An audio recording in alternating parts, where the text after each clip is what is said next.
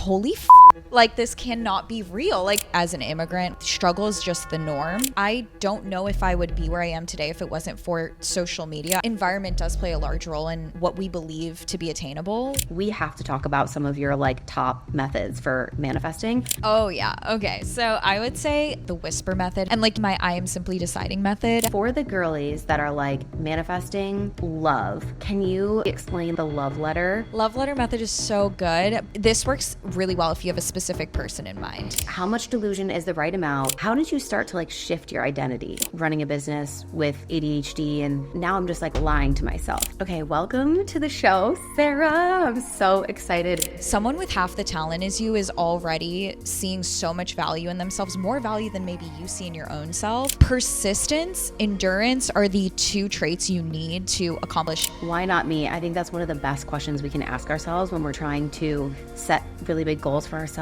If you're giving power to your current circumstances, then you will always be defined by them. There's a future version of me who is a 7-figure business owner, 8-figure business owner, TED Talk speaker, whatever. And I had that desire because there is a future version of me in the timeline of the universe that already has this.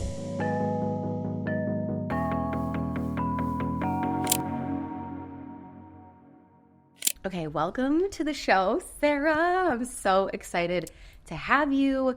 I know that my listeners are going to like geek out on this episode. I know that some of them probably already follow you. If you guys don't already follow Sarah, when you go to her accounts, you'll be obsessed. You obviously have a huge community that you've grown on Instagram. You have millions of followers on TikTok. You have a thriving business. You were also in my top tier mastermind last year where you hit your first 6-figure month, officially crossed 7 figures in your business, like so many milestones. But I also know that this was not always your story. And you definitely have like a come up. So for the people that maybe, they see you online, they see you with this business, with your viral videos, like all the manifestation stuff that you share, but they don't know the before story.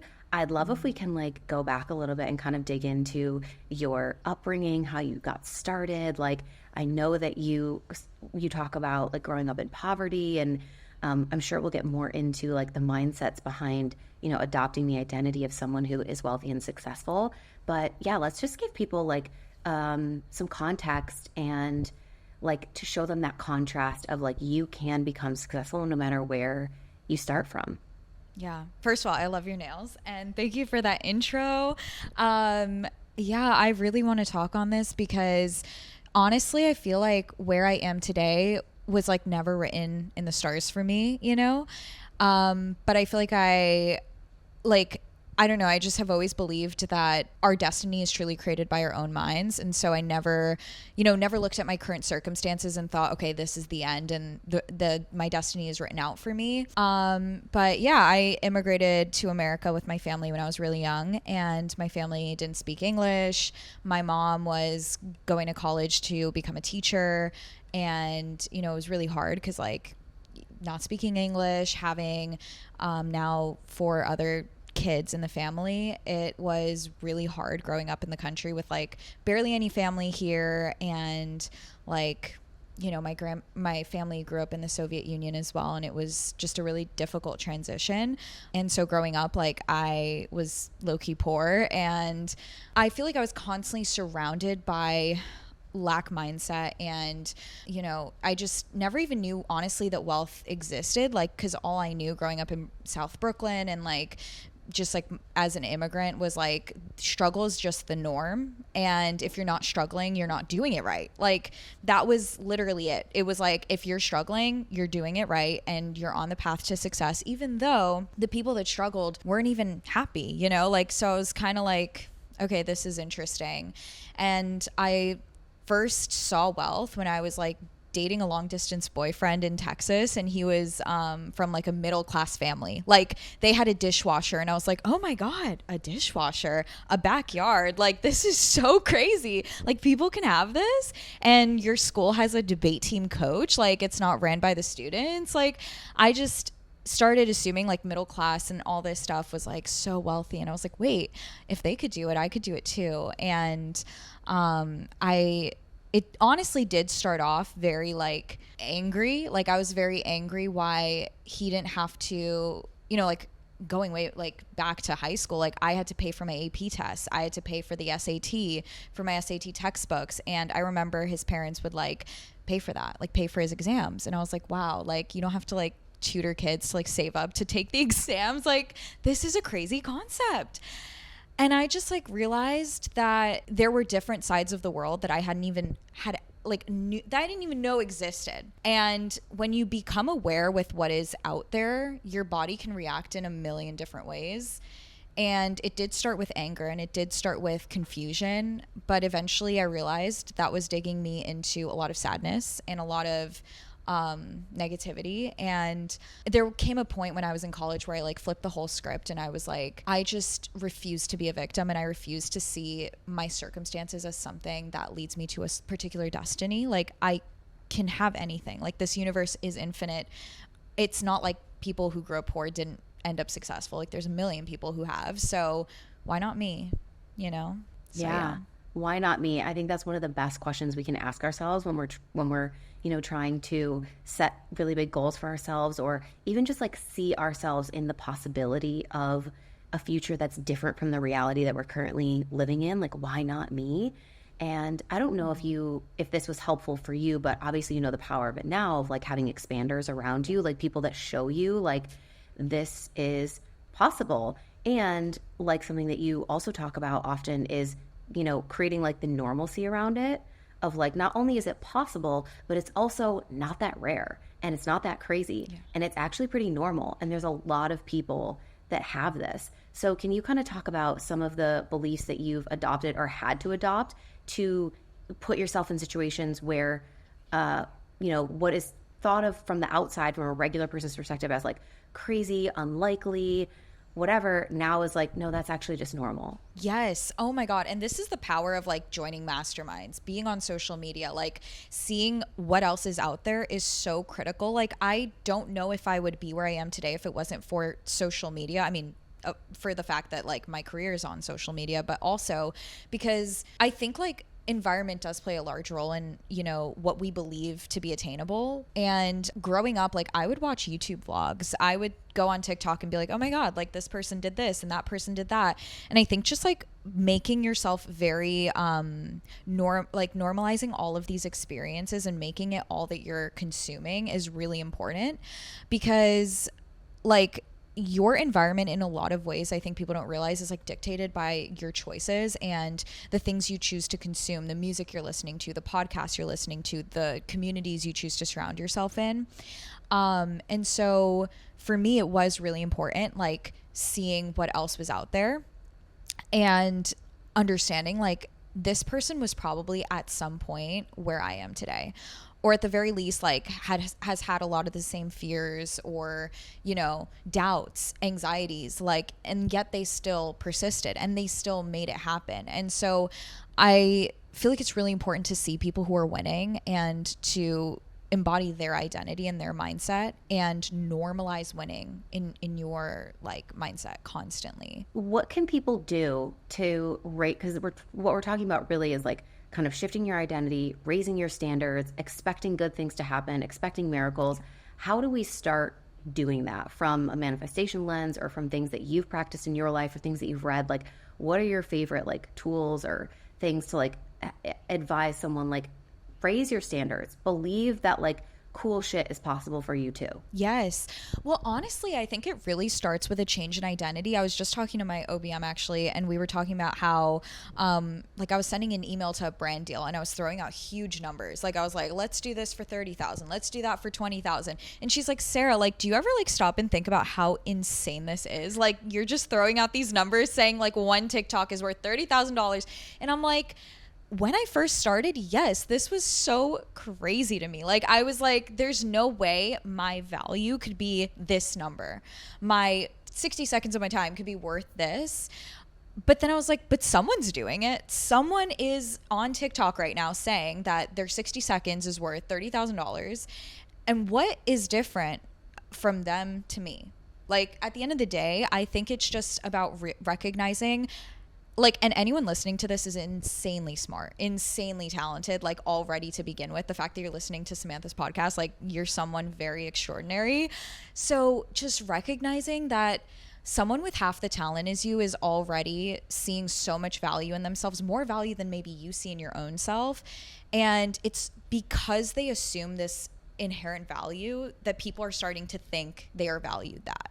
And a lot of it is pure delusion. Like, you have to believe in something that isn't tangibly right in front of you. And there's so many ways you can do that, whether it's vision boarding, scripting was really big in my journey. And I also think it's just recognizing where you're at and why this desire found you in the first place. Like, if you're seeing people live out a certain kind of life and you want it, instead of turning that into jealousy, recognizing I have this, like, everyone has desires. Some people desire to be baseball players. I don't have that desire because a future version of me is not a baseball player. There's a future version of me who is a 7-figure business owner, 8-figure business owner, you know, TED Talk speaker, whatever. And I had that desire because there is a future version of me in the timeline of the universe that already has this.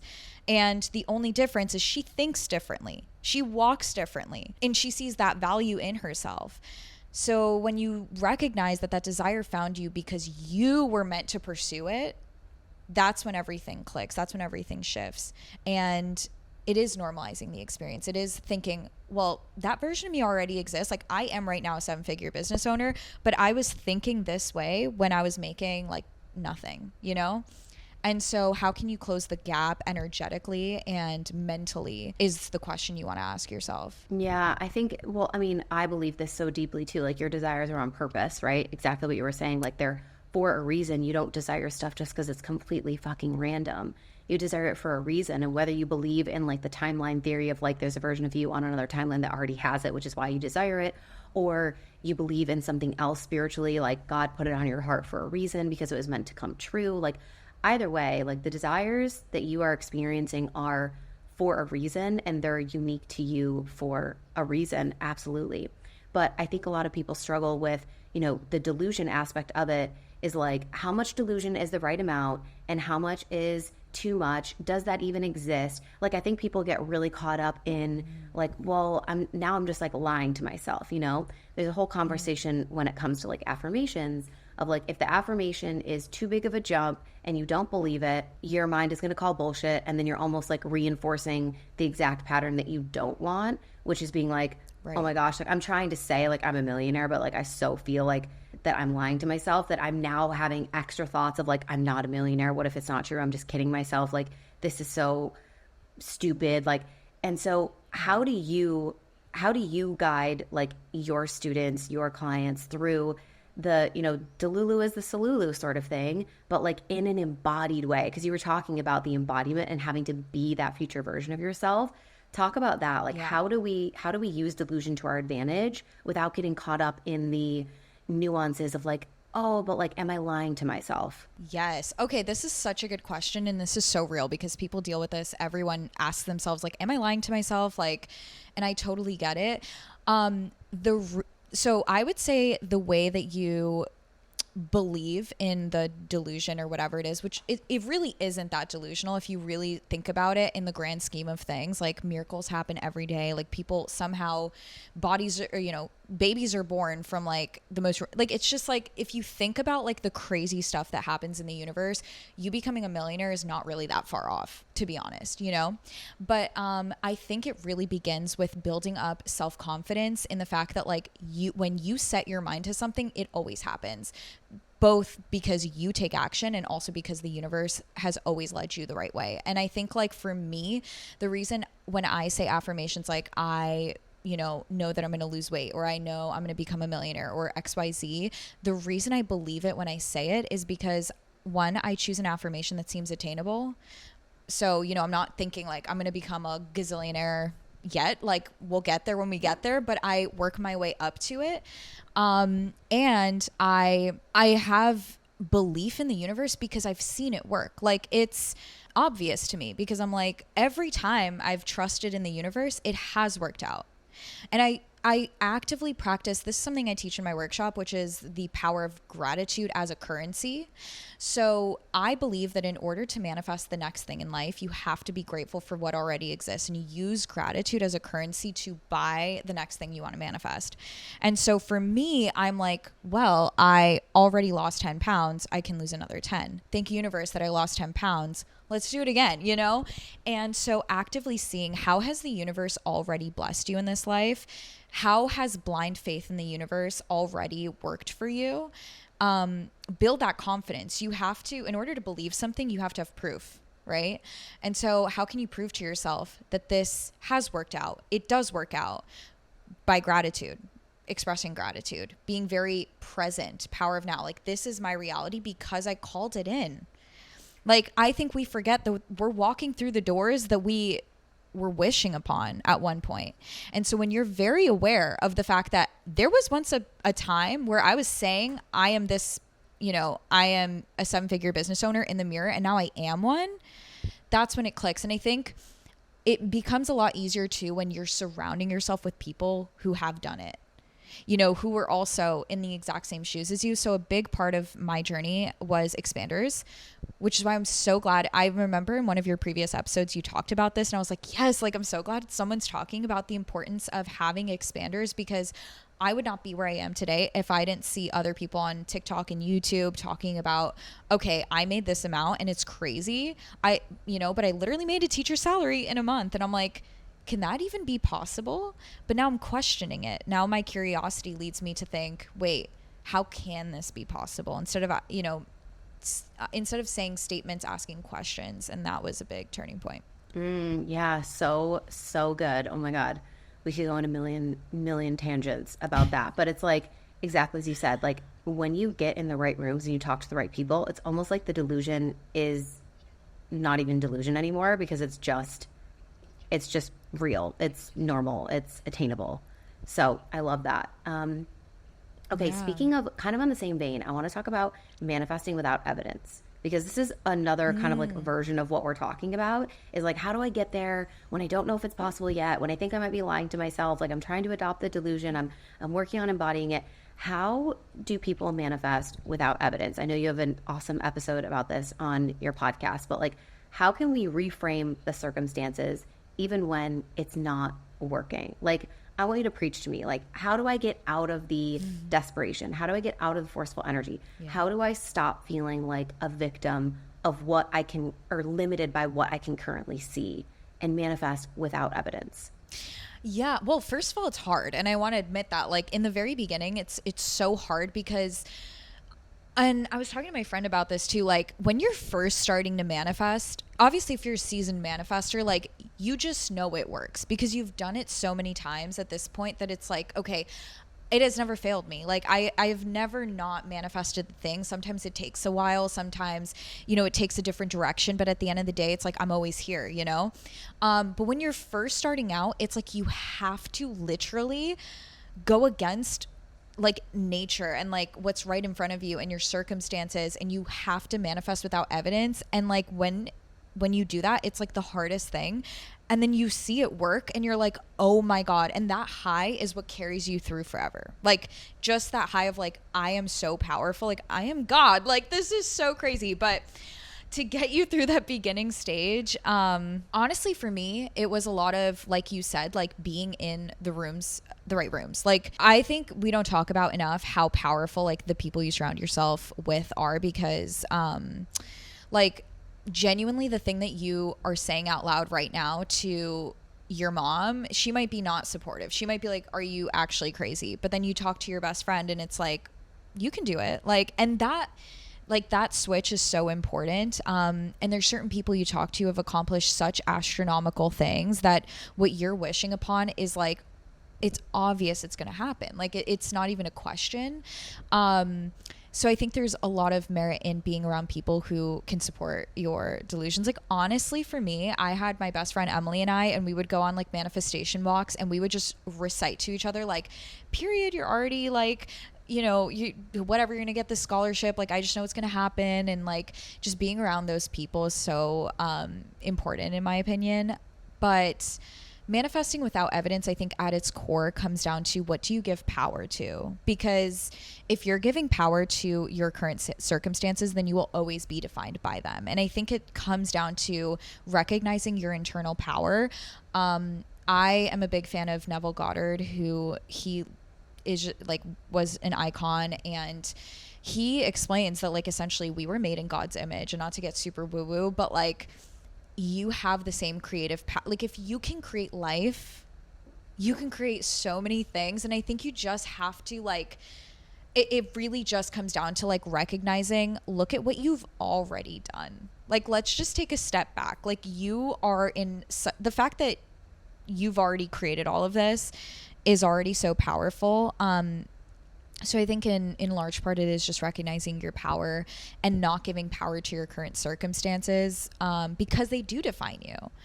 I think like something that hit me recently was I was like, okay, if I never play the lottery because I know I'm going to lose, right? Like, I mean, the chances of me winning are like none. But if I don't play, I never stand a chance at winning. But if someone told me the next lottery ticket you get is for sure going to be the one, like I know, whatever, I'm going to play the lottery. When you know with certainty that something is going to happen, then you take the necessary actions to get there, you know? And so it's not so much about what do you have to do to get there? How are you going to get there? You know, what are your current circumstances? It's just like, do you believe in the vision enough to withstand all of that? And who do you need to be? How bad do you want it? Yeah.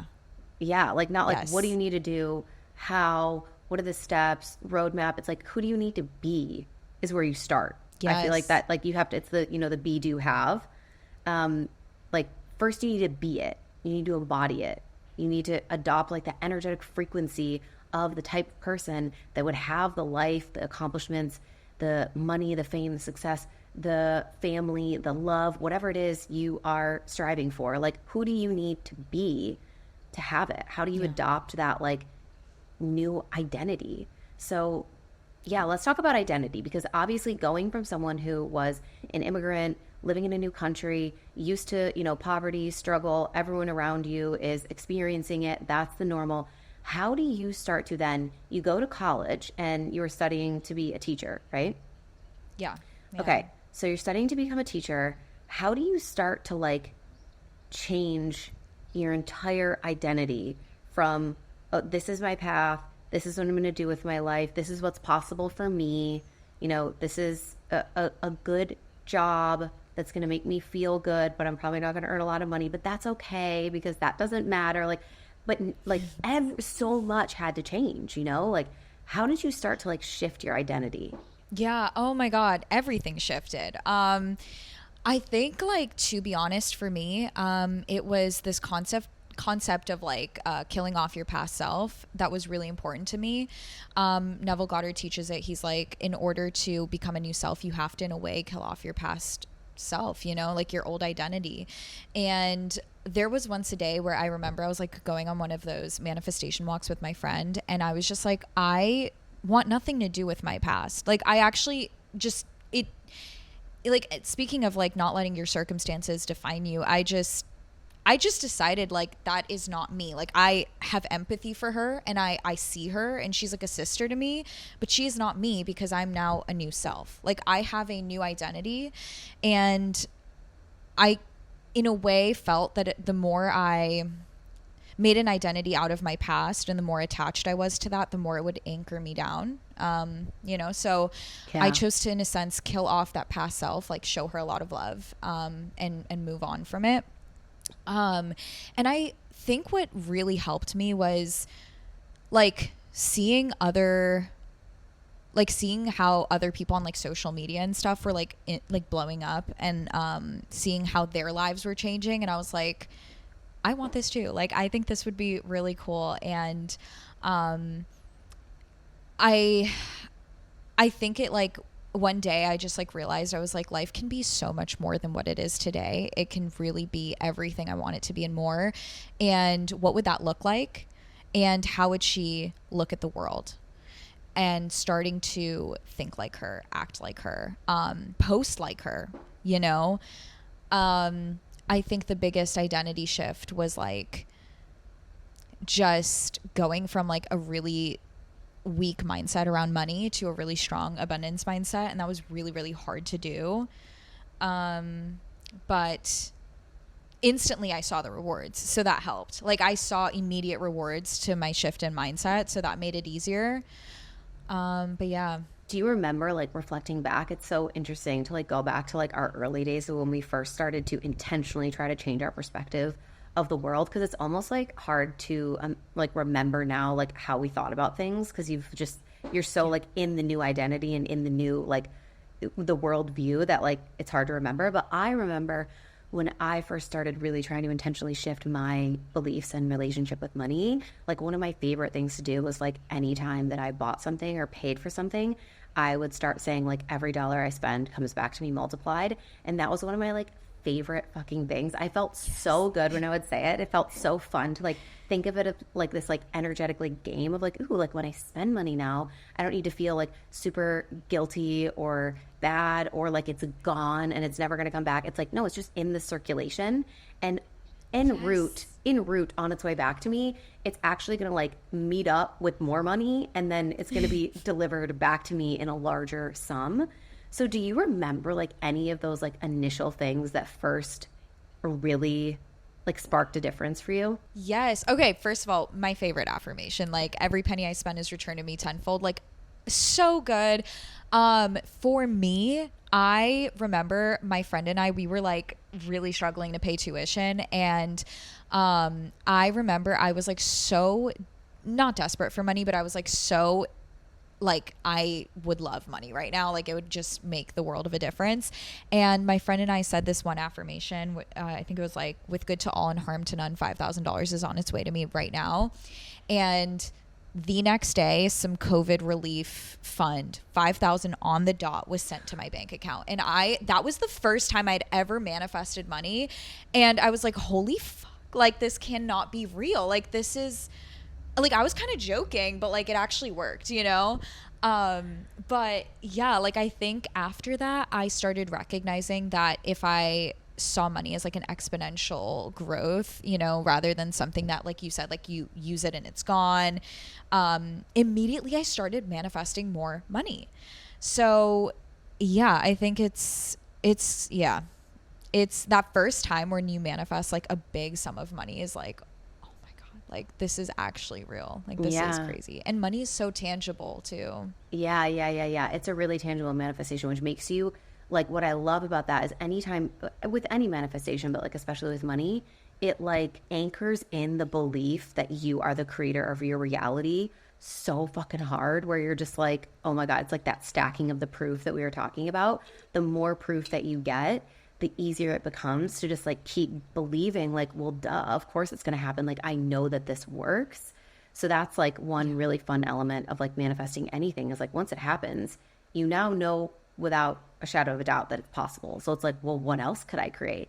And I know you like joked earlier about like, I am God, but like it makes you feel like, yeah, you're the creator of your reality. Like it feels like you are holding like the puppeteer strings of like the world and your life and future and opportunities of like, wait, like I have control of this. Like there's agency in what happens to me in life and what happens for me and the opportunities that come my way and like the life that I get to live and create. Like, whoa. And when you first experience that and you feel it in your soul and you like get the goosebumps, like there's no stopping you from there. It just kind of like unravels. It's like this domino effect where you're like, well, what if I could adopt a more positive view about this thing and about that thing and about relationships, and about love and about weight loss and about all these other things. And then you start literally changing your whole fucking life one thing at a time, just by changing the way that you think, changing the way that you see things, changing what you believe is possible for you. Like that's what I love so much about manifestation. Is it doesn't matter, you know, what you believe spiritually, religiously. Like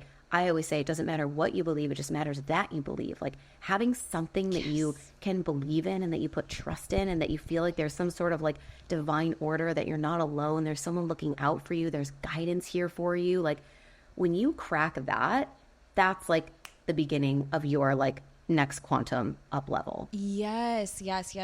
Absolutely. I love that. You mentioned like, okay, I manifested like I losing 10 pounds. Why not do another? And I know that was like one of your like kind of big sort of manifestation things was around worthiness, believing that you deserve the best, but also like being able to manifest your dream body and like feeling comfortable in your skin and like really like loving yourself truly. And I'd love for you to talk about the way that you kind of approached weight loss through the lens of manifestation, because I think it's, you know, obviously the less popular way to approach like weight loss, body image, that sort of thing, but so powerful, so like so potent.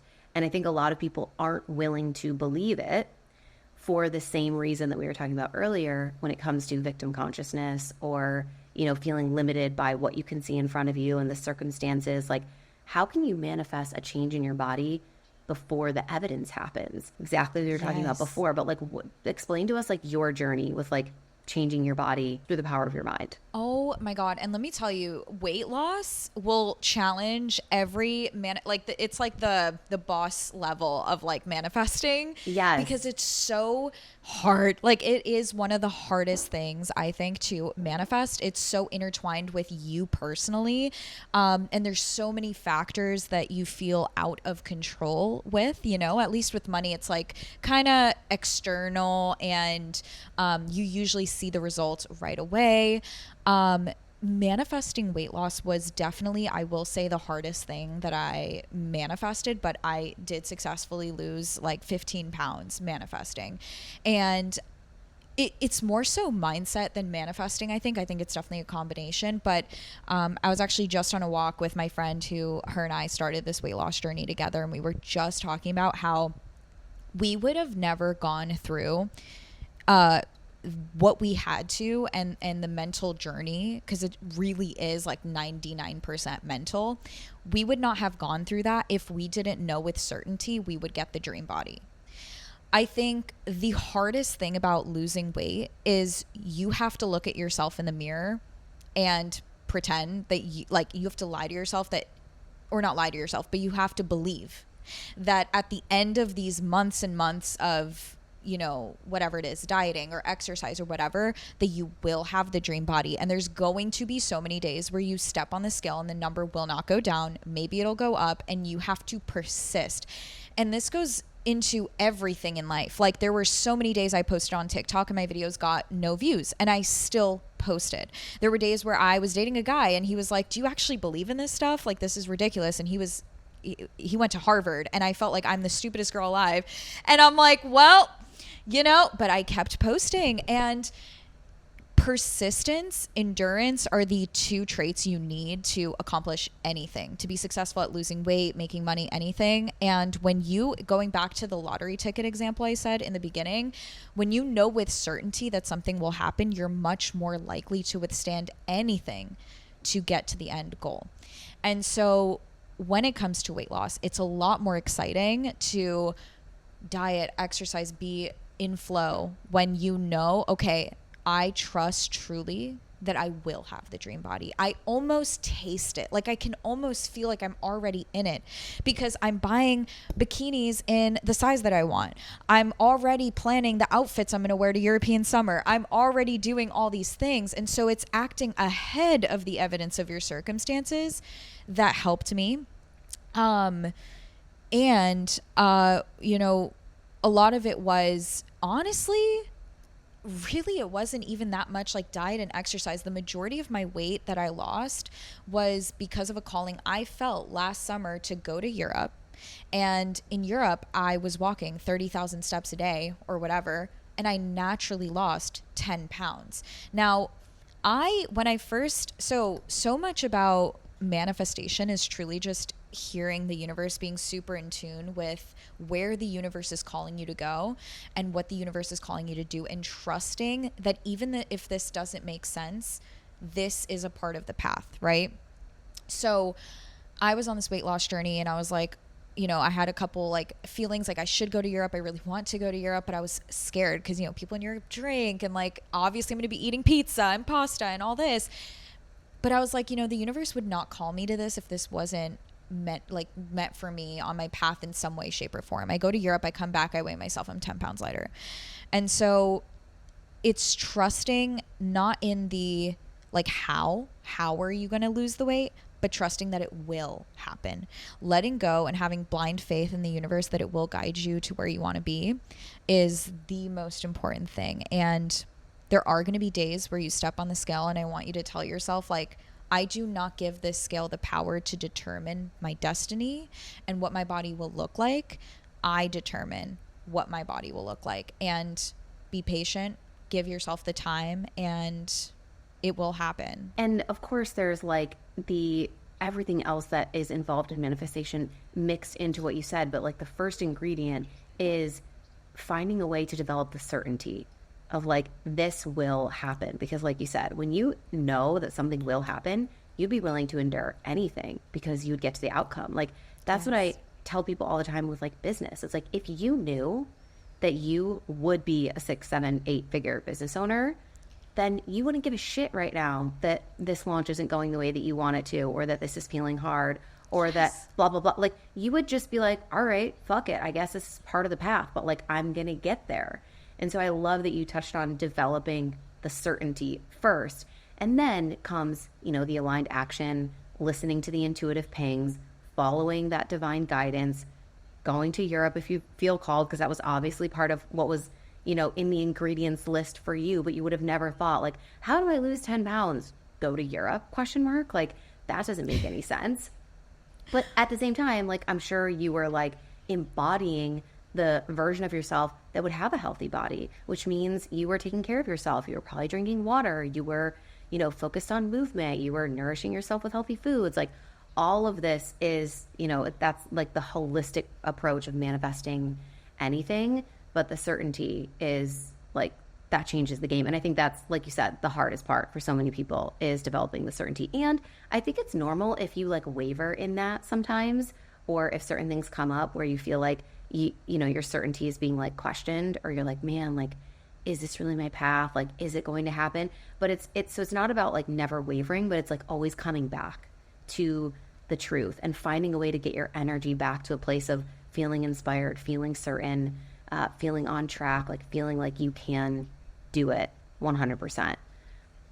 What does this look like for you in business? And can you share, because you mentioned like you started kind of like posting, obviously you went super viral, but like, was that your intention? Like, how did your business actually take off? And were you certain that it was going to work? Like, what did that look like? Yeah. Oh my gosh. So I felt, again, I just trust the universe. I really view the universe as like my guidance, I don't know, like I just feel so led by the universe. I felt a calling to get into tarot, which by the way, I was like super like not to say non-spiritual, but I wasn't like, you know, like the most woo-woo girl, like at first. And I felt this really instant calling when I was going through like a breakup to get into tarot, to like heal and understand myself, and like I was just like super resonating with tarot at the time.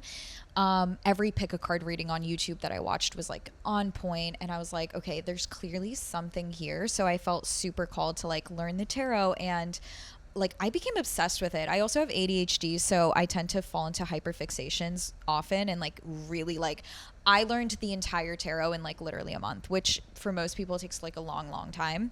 And so I became obsessed with it. It was like everything I did. I went to the dining hall. I was reading people's cards, and I was like, wait, this is so it. And people started posting, was this like right before COVID? I think it was like around COVID time. People were posting tarot videos, and I was like, this is so fun. Like, let me post one just for funsies. Like, I didn't think anything of it. I was just like, this is so cool. Like, pick a card reading, whichever pile you get is your reading.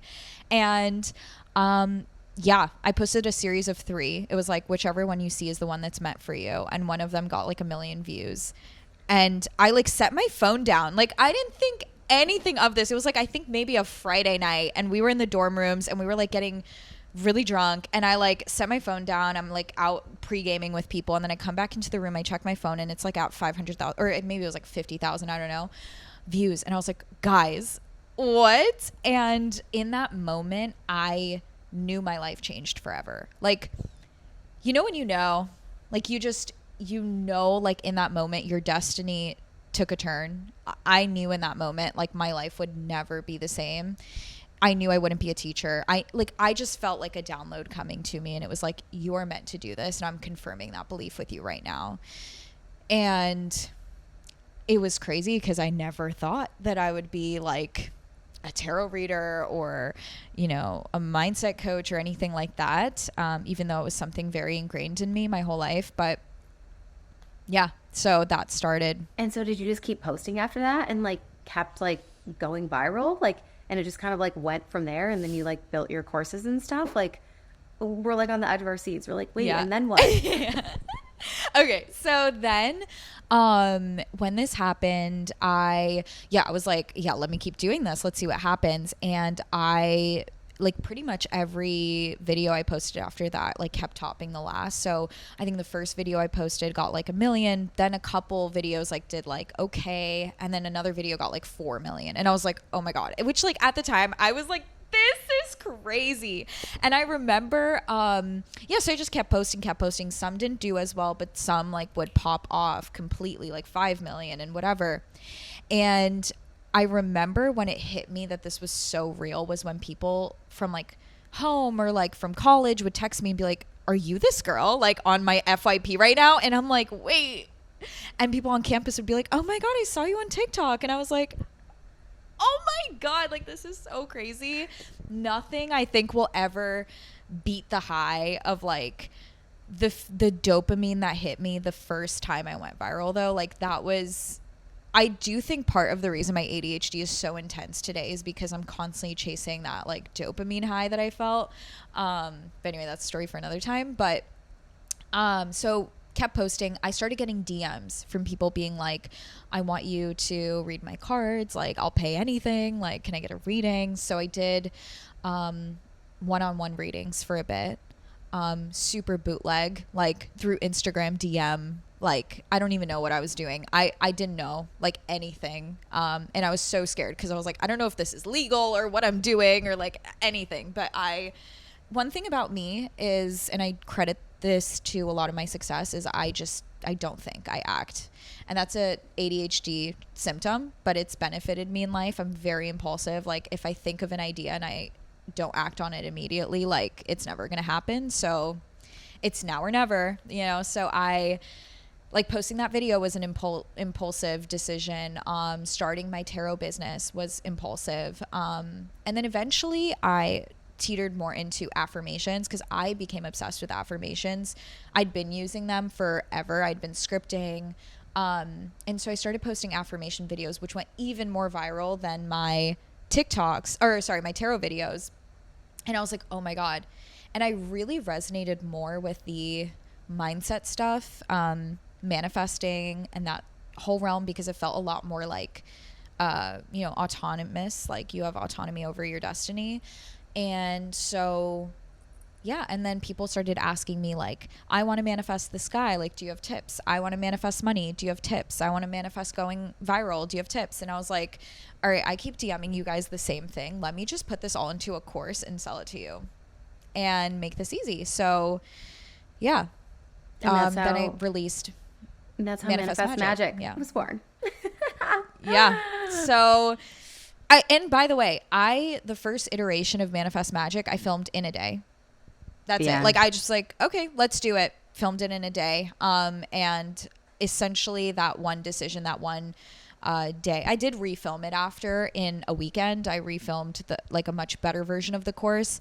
And since then I just like consistently add more content, but literally that one weekend of filming of just pure like source speaking to me has generated me 7 figures in my business. Yeah, I know. That's been that course was like divinely guided for you, because it's like and I'm sure you felt like, I mean, to record an entire thing like that in one day, like obviously you were channeling, you know, like you get into that state where you're just like, whoa, and like all the words are coming out and you're just like, fuck yeah, like and that's like the energy I think that you bring. Like I don't know if you like see yourself this way, but like you definitely are a channel. And like you channel, I feel like all of your podcast episodes are like channeled messages. Like you are a channel. And that's why people resonate with your stuff so, so deeply, because you can feel the energy of it. Like when you speak, it's impossible not to feel the weight of the words and to actually like have a visceral, like physical reaction in your body. And people love that experience of being so deeply inspired, motivated, pushed into action, like seeing how deeply you believe in yourself inspires them to believe in themselves. It's like, it's contagious, and it's the best kind of contagion that you could ever bring to the world, which is like my belief, my power, my essence is infecting you with something that makes you feel like you can conquer anything. And like, so you get well compensated for that. You know, it's like a beautiful, Thank you. beautiful gift that you've been blessed with, for sure. And I think like the ADHD Sam is the stuff, best coach, guys. well, and I think the ADHD stuff is like part of your magic, but I know it's obviously also a challenge because when we were working together, I know there were certain times where you're just like, fuck, like there's things that I like want to do, or like the organization, or like being on time for things, or like there's certain stuff that is a challenge with that, but there's so many gifts that come with it, and like your, you know, your impulses and your ability to like hyper focus on things, and you're so smart and you like learn so quickly, and like you just, you know, you absorb knowledge, and then like it's like inside of you, it's just part of you, like you embody like really fast things that you learn. So yeah, there's obviously so many upsides to it, but I'd love if you could speak a little bit to some of the challenges of running a business with ADHD, and maybe even like leadership. I know was another challenge that we talked about in Top Tier, of as you were starting to expand your team and navigate training people and trusting people, like what are some of those challenges that you faced in business? Wow. Yeah. I feel like this isn't even talked about so often because, in a lot of ways, ADHD is such a blessing in my life. Like, truly, I've always viewed it as a blessing because, again, like it does, like that hyperfixation, that like all consuming, like this is like, I will either make this happen or die trying, like mindset is something that I really feel like if you don't have ADHD, you can only ever experience with drugs. Like it is so intense. Like I love it. But when you don't have that and you're not in a hyperfixation, it is like such a low, you know, I think, and on like a psychological level, it really is like a spike in dopamine and then a deep decline. And you're always like chasing that high. And in a lot of ways, I think when you're a business owner, you need some nervous system regulation to operate a business and, you know, be able to make executive decisions. And that's been a struggle for me. I think timeliness, scheduling things, not my strong suit. I like even this podcast, like I can only ever really schedule things maybe 2 days in advance, like, and that's just the way I operate. And so any like calls or things I have to do, like I just decide like 2 days before, like, okay, we're going to do it, you know? And that's difficult because not everyone operates that way. But I've been able to like mold my business to work really well with my ADHD. Like having passive income is very ADHD supportive because I don't have to be on calls all the time, be on all the time. It's like you get the course out when you're in that hyperfixated state, and then you reap the benefits for years to come. So I would recommend, if any ADHD entrepreneurs are watching, like, you know, consider how you can create offers that are supportive to your ADHD. Otherwise, I just don't, you know, like I don't even know how I'd be able to operate a business. Being a leader is difficult for me because, and maybe this is like an empath thing more than it is an ADHD thing. I really struggle with confrontation. And so the truth is, like, you know, you have to learn how to hire slow and fire fast. And when there's a lot of emotions attached to things, that can be really difficult. And I think also coming from like the immigrant mindset and, you know, the background I come from, like I really, it almost feels wrong asking someone to do something for me. Like that was a mental adjustment I had to make, where it's like, oh, you're not my boss, I'm your boss. That's interesting, you know? And feeling worthy of that position and feeling like it's, you know, mutually, I don't know. It's just a very, like, no one even talks about how hard it is to like mentally withstand being a boss, because in a way you have to be very much in your masculine and you have to be very like detached from emotions in a lot of ways. And that can be really difficult. But I think like, in terms of being an entrepreneur with ADHD, what I've learned is that like you really have to capitalize on the days where you're zoned in. And you have to listen to the callings from the universe, because that's going to be the guidance that you have. And if you don't, hop on the train when it's there, you're going to miss it. So, you have to learn how to adjust to that. Yeah, like lean on your impulses. When you get one of those like pings and it's like, I feel so inspired about this right now, this is exciting me, like just go with it, like do it, put it out there, film the thing, like get like following that like inspiration and taking the action. I love that. And yeah, I think, with leadership, it's like there's the masculine element of being able to make decisions for the business, like apart from, the humans that are operating the business.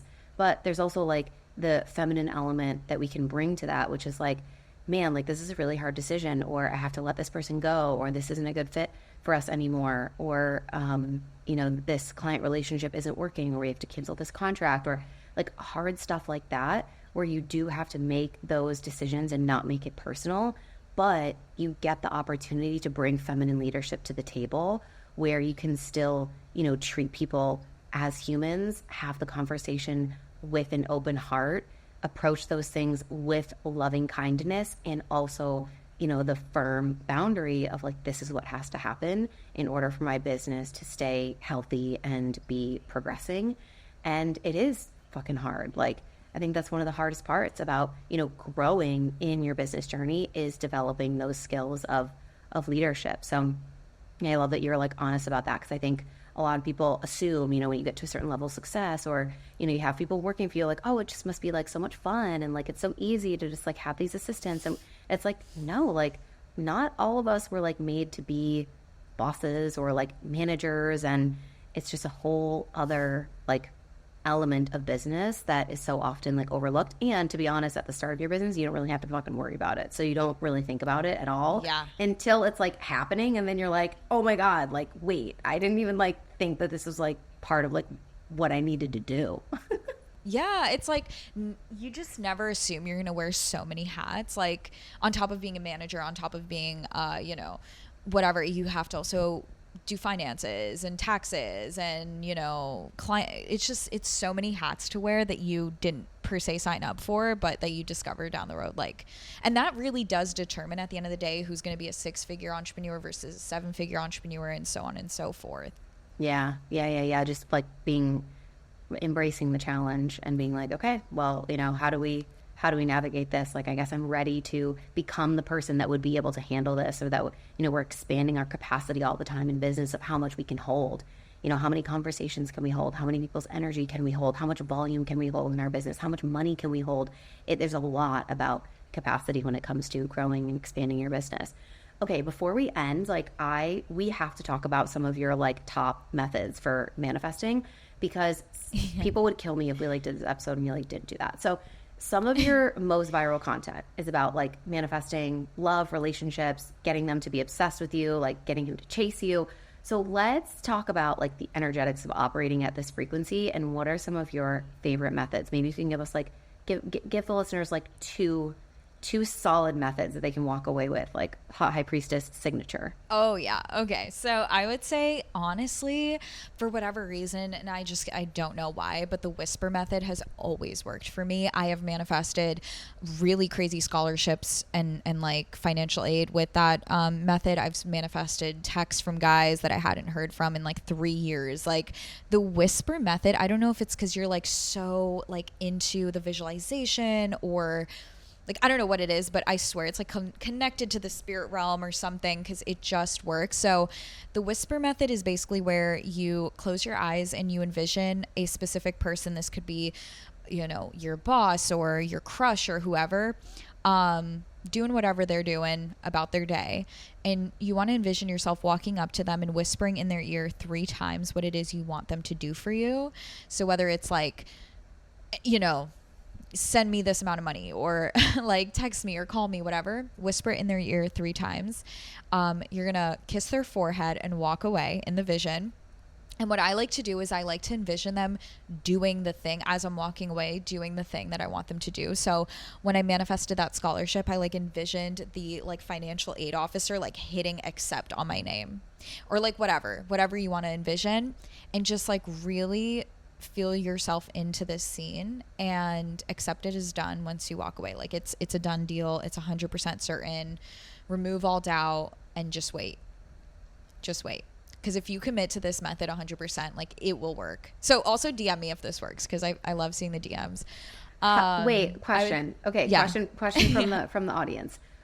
When you did this with the scholarship, did you do it once? Yeah. Did you do it every day? Like, how often were you doing it? I honestly did it once. I remember there was like, I was like talking to my parents or something, and they were like, oh, you're not going to get this scholarship. And I was like, wait, I can manifest it. And I like, just to prove to them, I was like, I'm going to do this crazy method. Like, I know you don't believe in it, but whatever. I close my eyes, I do the method, whatever. And it worked. And you really only have to do it once. But I feel like if you want, you could do it like multiple times. Once is more than enough. Cool. Okay. Love it. What is your like second top one, or the one that you're like loving like right now? I would say I would say my I am simply deciding method has been my favorite recently, and it's so easy. You literally just say, I'm simply deciding X is going to happen. And like you set your foot down and you're like, I am simply deciding. And I use this honestly in a lot of ways to help me with the weight loss. I was like, I'm simply deciding I'm losing 10 pounds. Done. It's happening. Like, and if I said it, it's happening. And that's just how it is. And so you just keep repeating it to yourself. Like, I'm simply deciding this person's going to text me. I'm simply deciding I'm making 30K this month, 40K this month, whatever. And you just keep repeating it to yourself until you're like, this is going to happen. Like, this is the plan. It's in the itinerary. Like, to-do list, like we're just simply deciding this is happening, and you're the CEO of your life. Yeah, I love it. I'm simply deciding. I actually say that a lot now because of you. I love that. Like, I'm simply deciding. Yeah. I used to use like, well, I still do, but like affirmations that are like, I love knowing, which is kind of like a similar vibe. It's like, I love knowing that I get to have everything that I want, or I love knowing that, and then insert whatever you know is going to happen. But it's like, again, to go full circle, coming back to like that element of certainty. That's what you're creating with that. It's like, I love knowing, or I've simply decided. It's like, okay, it's done. We're anchoring in the certainty. Okay, and for the girlies that are like manifesting love, can you maybe explain like the love letter? Because I know that's another one that people have like loved and has really worked. Yes. Oh my God. This is such a good method. It's interesting because like now that I'm like low-key cuffed up, like I don't use the methods as much anymore, but love letter method is so good. Basically, and this works really well if you have a specific person in mind, right, that you want to manifest. It really uses like law of thought transmission, self-concept. It's so powerful because when you write this letter, like you will feel like your identity is shifting as you write this. So what it is you're going to pretend that you are like your specific person. So let's say you have a crush, you're going to pretend that you are that person, and you're going to pretend you're them writing a love letter to yourself. So like it would be like, Dear Sarah, like I have not stopped thinking about you since the day we first met. Like you're the only person on my mind, like da da da da da. Like you're so beautiful, you're so intelligent. Oh my God, like you, whatever. And you're gonna go in depth, like really pretend that you're them for a minute, writing this letter to yourself, and view yourself as you want them to view you. And genuinely, after you do this method, what you're going to do is you're going to fold it, put it under your pillow, sleep with it for a night, reread it to yourself the next day as if you received it from them, and begin living as though you are the person that you wrote about. Like they see you like this. How are you going to walk now? How are you going to talk now? Are you going to be as anxious now? Right? So it really changes your emotional state and dynamic in the relationship, and it's so good. I feel like that's kind of like a self-love hack, because people find it hard to love on themselves when it's like me loving me. But if you can like get outside of yourself and put yourself in someone else's shoes, and then, you know, be obsessed with you from their perspective, it's like you're like hacking self-love in a way. I feel like that's like partially why that method works, because you're developing the worthiness and the love inside of yourself to have the relationship of your dreams. Yes. Yes. So it's like self-love, but sometimes it does help to think of it in that way. Cause like exactly like you said, when it's me versus me, it's like we're going to be more critical. And something I really recommend that's kind of related, this is one of the methods I added into my miracle journal was, and it's not even a method more than it is something that I just feel like is really special to do is, I have you guys like text people that are close to you, like friends, family, whatever, and ask them to say like their favorite things about you and what they love about you. And then you write it down into the journal. And I feel like that is such like a good exercise because like, yes, we want to love ourselves, but it really, it's a lot easier to do that when you're already feeling that love from everyone else. So I love doing that. Yeah, I know a lot of people do this as like a birthday ritual where like everyone will like say what they love and what they see about, you know, the birthday person. And I've had that done for me before. It was my birthday on a retreat that I was on once, and everybody went around and like spoke like life into me about like what they loved about me, my personality, and what they saw for my business and what they knew it was possible for me. And like, damn, you like walk away from that and you're like, shit, like I kind of am this shit. Like it's such a good exercise. So I love that. Thank you so much, Sarah, for this conversation. Thank you. Like you are so inspiring to so many. I've loved getting to work with you and, you know, see you on your path and just watch you continue to rise in leadership and in business and do things your way that, you know, uniquely work for you and you're just thriving. And I'm just so happy for you. So thank you for coming on. Share with everyone your TikTok, Instagram, where they can find you. And then we can also link Manifest Magic for them in the show notes. Yay. Oh my God. Well, first of all, I want to thank Sam, guys, because honestly, like we said in the beginning, expanders and coaches are really so important to the journey, and you guys should all join Top Tier. It was so good. And yeah, so truly like all of those experiences were so important to my journey. So thank you, Sam. But you guys can find me on TikTok and Instagram at Hot High Priestess, and my podcast is The Priestess Perspective on Spotify and Apple. And we'll link Manifest Magic, which is your like signature, you know, self-paced course that teaches all of the methods and help people manifest literally so many things. Like go to her highlights, like look at her stuff. Like it's just you'll see why you need it when you go to Sarah's TikTok. So that's what we'll say there. All right, you guys, thank you so much for tuning in to this episode of Makeshift Happen. If you loved it, if you have a bestie that's into manifestation that would love this episode, copy the link, send it to a friend in a text, let them know you were thinking of them, and spread that manifestation magic into the world. We love you guys. We will talk to you very soon. Bye. Mwah.